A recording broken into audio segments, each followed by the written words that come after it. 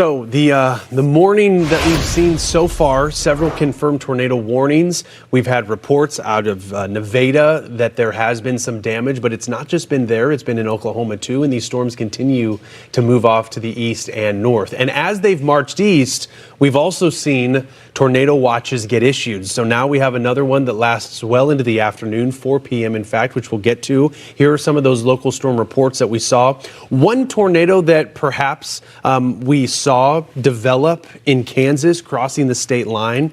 The survey will be complete, but a most likely tornado. It was confirmed by radar, even briefly observed, making a direct hit in the town of Nevada.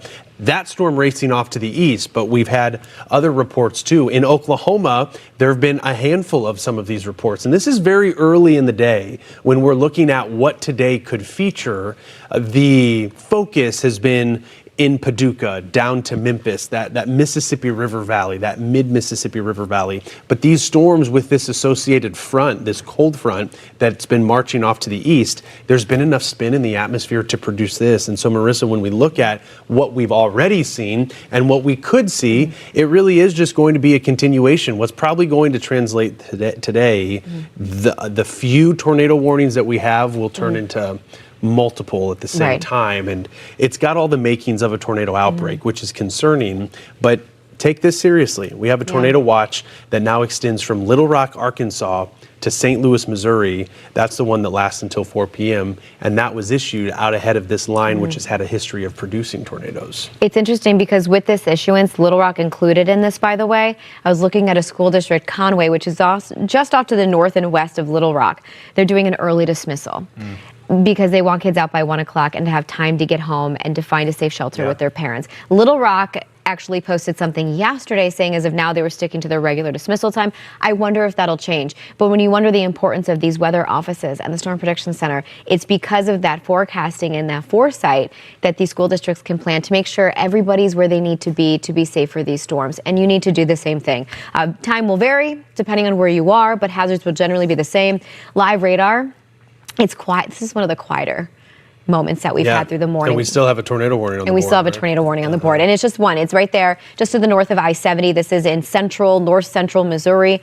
This is radar indicated, meaning there are some signs of at least rotation aloft above the surface. The concern for should we get a funnel to drop. So getting to a safe location out of Howard, Missouri, just to the north of Boonville. We had through Fayette, we had storms roll through, and this has been on the backside of that. So it's a very electric, high energy environment. This storm that's tornado warned moving to the east northeast at 65 miles an hour. So this notion that able to outrun these storms, these things are hauling today, nothing's stopping them. And if you're impressed by that, wait till I tell you how fast these storms south have been moving. 80 miles an hour. We're up to 80 now? 80 moving through Springfield. The one that's just to the west of Osage Beach. So you have Lake Ozark, you have the Lake of the Ozarks. Those storms are about to get pretty nasty. But yeah, it's this cluster that the Springfield office has gone ahead and just issued the whole line and advanced that off to the east. But yeah, at times 80 miles an hour is how fast it's probably one of the reasons the Polygon is also so big.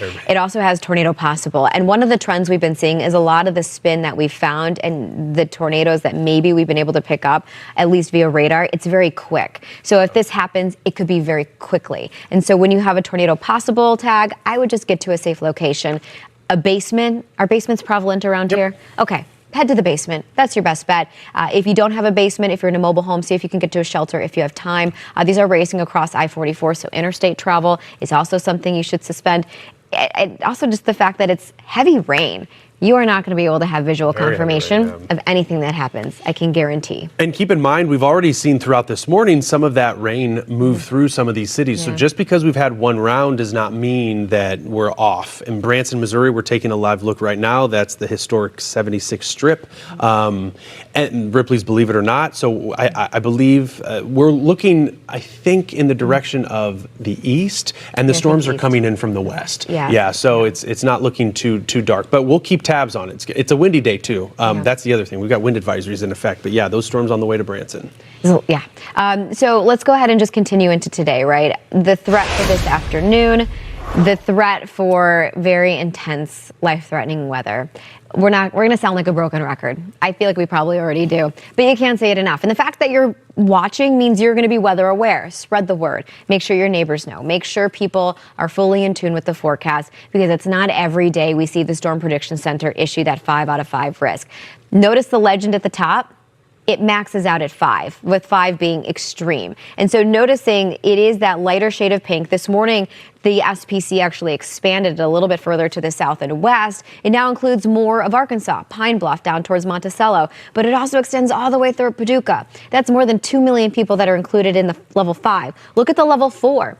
On any given day, to have a level 4 is also very notable, and that also includes millions of people. So anybody who's highlighted from the Storm Prediction Center, you have the threat for tornadoes, damaging wind, and large hail. Timing will vary, and the frequency of one of those hazards may also vary. But within that zone right there, the SPC also noting numerous widespread tornadoes that could be intense, which means EF3 or stronger, and long-lived, meaning on the ground for a long time, which would be different than the setup that we have for this morning.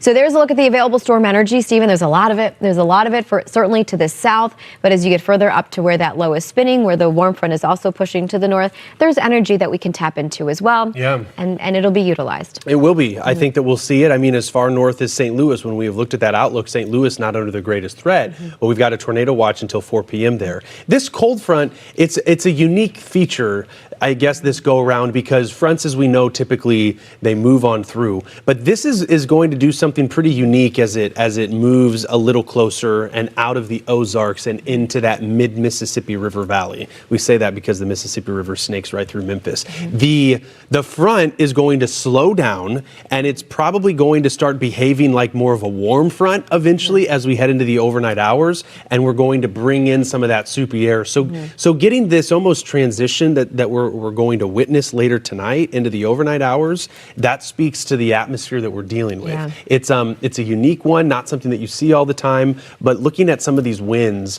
dew points, well, also winds, but moisture is very high. I mean, mid-70s down in New Orleans today, all that's getting tapped and pulling to the north. It is really just kind of a wait and see what happens in this part of the South, because we've already seen through the Ozarks what those storms can do. Yeah, I think, with the shear, this just kind of demonstrates, if you need to visualize it, we talk about the winds changing with height as you go further up into the atmosphere.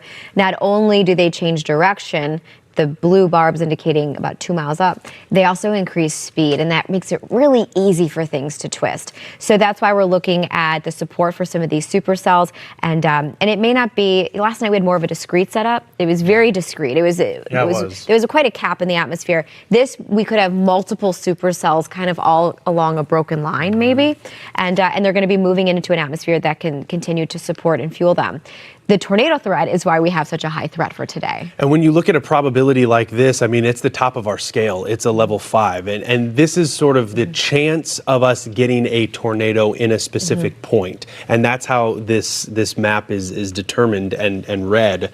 There's another parameter we can look at. Okay, with the tornadoes, we'll see what are the chances that they're strong. There's a big zone here, and it extends from Indianapolis down to El Dorado, even beyond, closer to Texarkana, that these storms could have the potential to achieve quite intensities.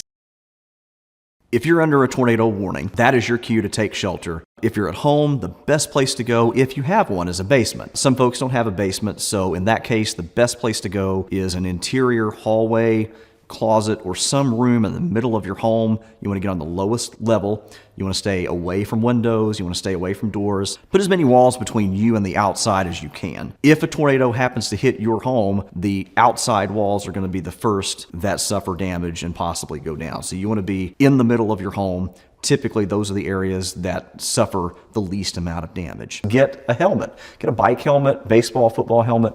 Put those on. Trauma to the head is one of the most dangerous things that can happen in a tornado. Most of the folks that we see with serious injuries or deaths, oftentimes it's because of head injuries. So putting a helmet on, you might feel silly in the moment, but if you need it, you'll be glad that you have it. If you are traveling, make sure that you've got a weather app some way to receive warning information on your phone so that if you are traveling, you're not, worst case scenario, caught out with nowhere to go. In this next several days, this powerful spring storm will run the gamut, and tornadoes already exploding across the central U.S. Dangerous storms are plowing east. Intense and violent tornadoes have destroyed homes and farms in Missouri and Arkansas. More than 15 million people are under tornado watches in the central U.S. currently. The dangerous storm that tore through eastern Arkansas had a clear hook echo, and that means the potential for massive storms. A Missouri TV news station stayed on air as a tornado hit their building, and we have some of the footage, and this is not over. Earlier today, one of the first suspected tornadoes tore through Oklahoma and ripped roofs off buildings, and that wasn't the biggest threat. But we can see here some of the damage here. And it was, in fact, a massive tornado that was spotted in Lake City, probably F4, that caused the most damage that we are aware of as of yet. So let's take a look at that tornado, massive in scale and size, as it moves through Lake City, Arkansas. We do have footage here. Here is the same tornado. Holy shit. I told you when I saw that one a while ago, it was big. Please, God, keep it going away. Keep it going away, please, God. Please, God. Please, God. And you can hear them praying as they get into their shelter. Here are some pictures from Lake City, clearly where the tornado went over the region and it has stripped everything clean. There's a vehicle there that didn't get flipped, so maybe that came a little afterwards, but looks like to be approaching EF4 tornado. And take a look at Ryan Hall earlier today, and Brandon Koptic, his storm chaser, as we speak, captured the Lake City, Arkansas tornado as it passed across the road. Absolutely insane footage there as they back up to stay out of harm's way, but still in the debris field.